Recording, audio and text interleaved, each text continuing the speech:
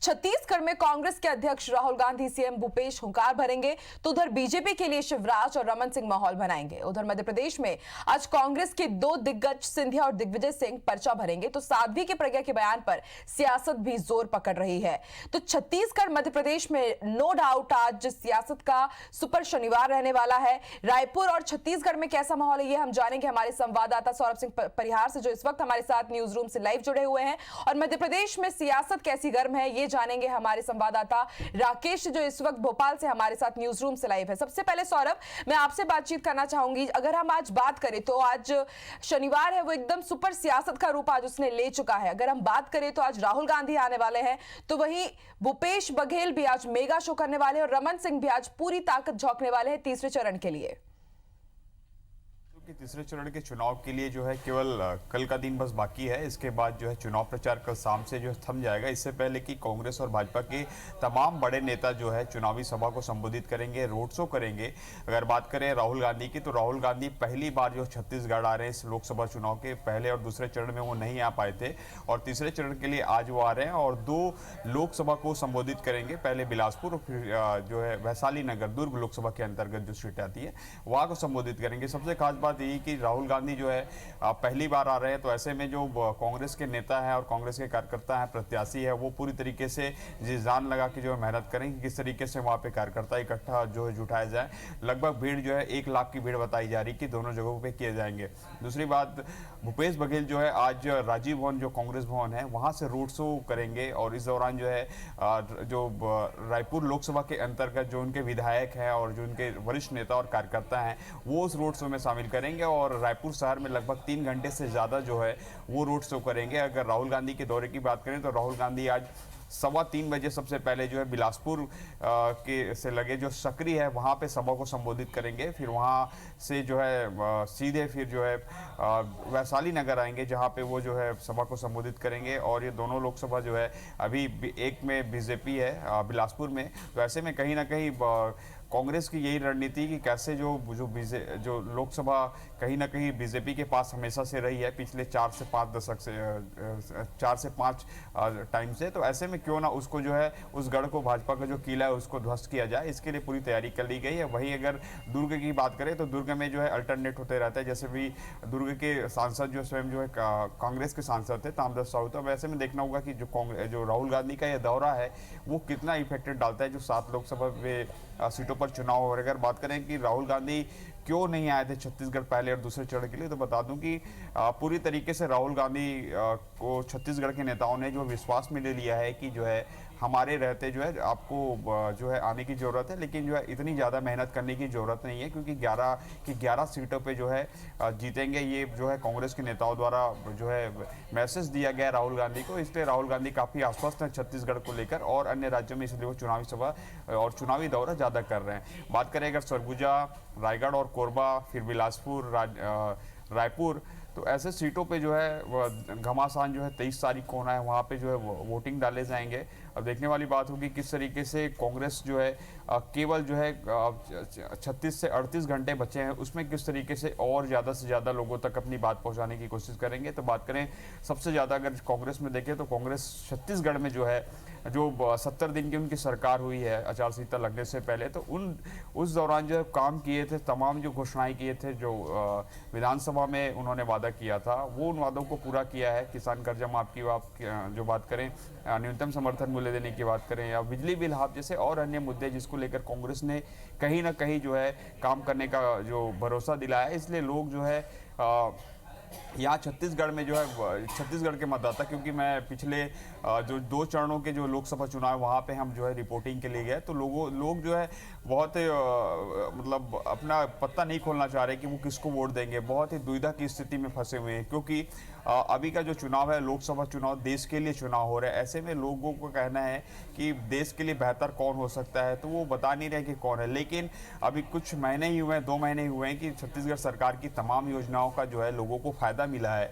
तो ऐसे में छत्तीसगढ़ के लोग असमंजस की स्थिति में है कि वो जो है कांग्रेस को यहाँ देखें कि जो केंद्र में नरेंद्र मोदी को देखें, तो इसको लेकर जो है काफ़ी असमंजस में जो यहाँ के मतदाता हैं। लेकिन अब देखने वाली बात होगी जब 23 मई को जब रिजल्ट आएंगे जब चुनाव परिणाम जो है ओपन होंगे तब देखने वाली बात होगी कि छत्तीसगढ़ में कांग्रेस की जीत हो रही है या बीजेपी की जीत हो रही है, क्योंकि वर्तमान में भी कांग्रेस के पास केवल 1 सीट है, वही बीजेपी के पास 10 सीट है। तो अब देखना होगा किस तरीके से जीत हार हो रहा है। और अगर आज पूरे दिन भर के रोड शो की बात करें तो चुनावी सभा बिल्कुल बिल्कुल जी सौरभ, बिल्कुल। तो आपने बिल्कुल सही कहा कि एक तरफ मोदी के 5 साल है तो वहीं अभी नई नवेली जो सरकार बनी है भूपेश बघेल की, उनके तरफ से देखना पड़ेगा कि दोनों को अगर हम देखेंगे कि कंपैरिजन करते हुए तो जनता किसे वोट देती है, ये तो तभी पता चल पाएगा जब 23 मई को तस्वीर साफ होगी। फिलहाल चलते हैं भोपाल, जहां से हमारे संवाददाता जुड़े हुए हैं राकेश। छत्तीसगढ़ की हमने बात की, अब हम बात करेंगे मध्य प्रदेश की। आज देखा जाए तो 2 बड़े दिग्गज है, दिग्विजय सिंह आज भोपाल से अपना नामांकन दर्ज करने वाले हैं, तो वहीं शिवपुरी से ज्योतिरादित्य सिंधिया भी। क्या देखते हैं आप सियासत हलचल मध्य प्रदेश के आज?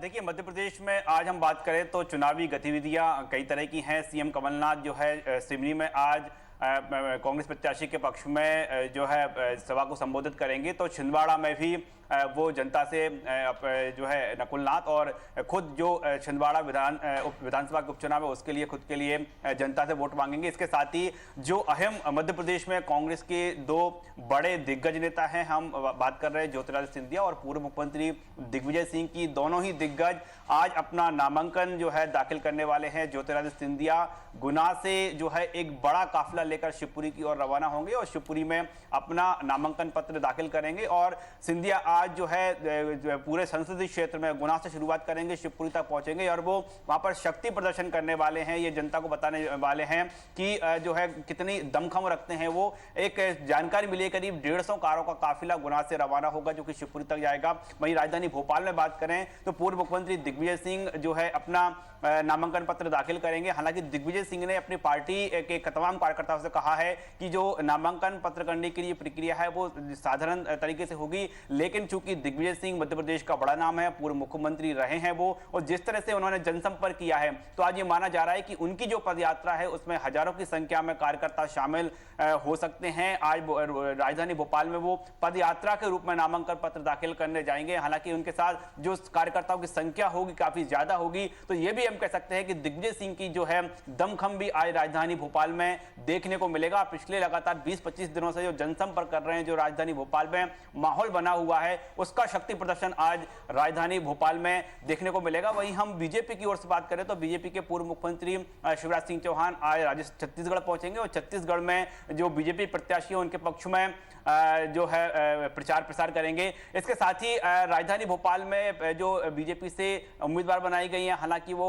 अपने बयानों को लेकर विवादों में है। प्रज्ञा सिंह ठाकुर, उनका आज डोर टू डोर प्रचार आज से शुरू होगा और कुछ ही देर में वो गोविंदपुरा विधानसभा एरिया में जाकर प्रचार प्रसार करेंगी। अभी तक उनकी बात करें प्रज्ञा सिंह ठाकुर के टिकट को आज चौथा दिन है जारी हुए, अभी तक उन्होंने सभाएं की हैं, लेकिन डोर टू डोर जाकर कॉलोनियों में जाकर उन्होंने अब तक जो है जनता से वोट नहीं मांगे हैं। और कुछ ही देर बाद वो गोविंदपुरा विधानसभा में पहुंचेंगी, जहां पर अलग अलग कॉलोनियों में जाकर वो जनता से अपील करेंगी कि उनको जिताया जाए और उनका आज दिन भर का शेड्यूल ये पूरी तरह चलेगा। तो ये आज जो है तमाम हम 29 सीटों की बात करें तो सभी सीटों पर पूरी तरह से टिकट जारी हो चुके हैं, डिक्लेयर हो चुके हैं और जो तमाम प्रत्याशी हैं वो कहीं सभाएं लेकर, कहीं डोर टू डोर घर घर जाकर जो है अपने पक्ष में माहौल बनाने का प्रयास करेंगे और जनता से वोट मांगेंगे। वहीं आज का एक बड़ा घटनाक्रम जो हम बात करें साफ तौर पर जो प्रज्ञा ठाकुर ने ATS चीफ हेमंत करकरे को लेकर बयान दिया था, उसको लेकर जो है कांग्रेस ने सीधे तौर पर RSS को हमला बोला है और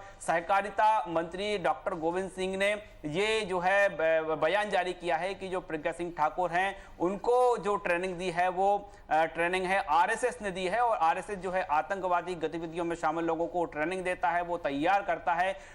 डॉक्टर गोविंद सिंह तो यहां तक कह गए कि बीजेपी जो शासन है, बीजेपी पार्टी है, वो आतंकवादियों को ट्रेनिंग देती है और इसी का प्रमाण है कि जम्मू कश्मीर में जो आतंकवादी घटनाएं हैं वो नहीं थम रही है। इसके साथ ही आज सहकारिता मंत्री डॉक्टर जो गोविंद सिंह, उन्होंने प्रज्ञा सिंह ठाकुर का पूरा बायोडाटा सार्वजनिक किया है। उन्होंने कहा है कि भिंड जिले की लाहौर विधानसभा उसी क्षेत्र से, उन्हीं के इलाके से प्रज्ञा सिंह ठाकुर आती है। इनके पिता का जो है वहीं पर रहते थे, इनका जन्म भी लाहौर में हुआ है। पूरा बायोडाटा इन्होंने पेश किया। उन्होंने कहा है कि जो साध्वी प्रज्ञा छोटी थी, उनकी शिक्षा दीक्षा जो है स्कूली शिक्षा वहीं पर हुई है, लाहौर में ही हुई है, और शुरुआती तौर से वो झगड़ाली किस्म की जो है लड़की हुआ करती थी। ये बयान जो है डॉक्टर गोविंद सिंह ने जारी किया है। साफ तौर पर जो मध्य प्रदेश में बात करें तो राजधानी भोपाल की सीट का जो टिकट बीजेपी का माना जा रहा है, आरएसएस कोटे का माना जा रहा है, और अब जो है साफ तौर पर कांग्रेस ने सीधे आरएसएस को टारगेट किया है। आरएसएस को यह टारगेट किया गया है कि आरएसएस को जिस तरह से कांग्रेस पहले से जो है आरोप लगाती आ रही है, साफ तौर पर पहले से बात करें तो दिग्विजय सिंह जो कटघरे में खड़ा करते आए हैं, भगवा आतंकवाद को उन्होंने कहा था, उन्होंने ये भी कहा था कि आरएसएस जो है आतंकवादी गतिविधियों की ट्रेनिंग देते हैं। तो साफ तौर पर उन्होंने गोविंद सिंह ने ये इसका जिक्र किया है कि आरएसएस ने प्रज्ञा सिंह ठाकुर को जो ट्रेनिंग दी है उसी का नतीजा है कि उन्होंने शहीद का अपमान किया है।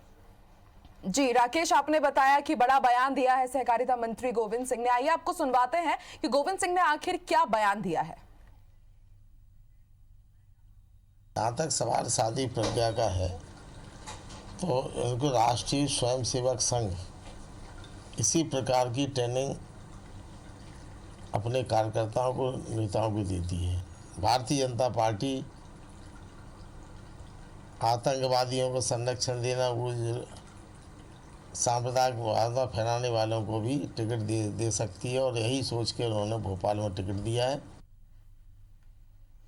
तो कुल मिलाकर देखा जाए कि पहले साध्वी प्रज्ञा का विवादित बयान आता है और फिर उसके बाद बड़ा बयान आया है मध्य प्रदेश के सहकारिता मंत्री गोविंद सिंह का, जिन्होंने ये कहा कि शहीद हेमंत करकरे पर दिए बयान से साध्वी की मानसिकता सामने आती है। तो कुल मिलाकर के देखा जाए तो मध्य प्रदेश की सियासत पूरी तरह से गर्म हो चुकी है जब से बीजेपी ने प्रत्याशी के रूप में साध्वी प्रज्ञा को सामने लेकर के आए। तो वहीं अगर छत्तीसगढ़ की बात करें तो आज यहां पर भी सियासत का सुपर शनिवार है। आप दोनों का तमाम जानकारी के लिए बहुत बहुत धन्यवाद।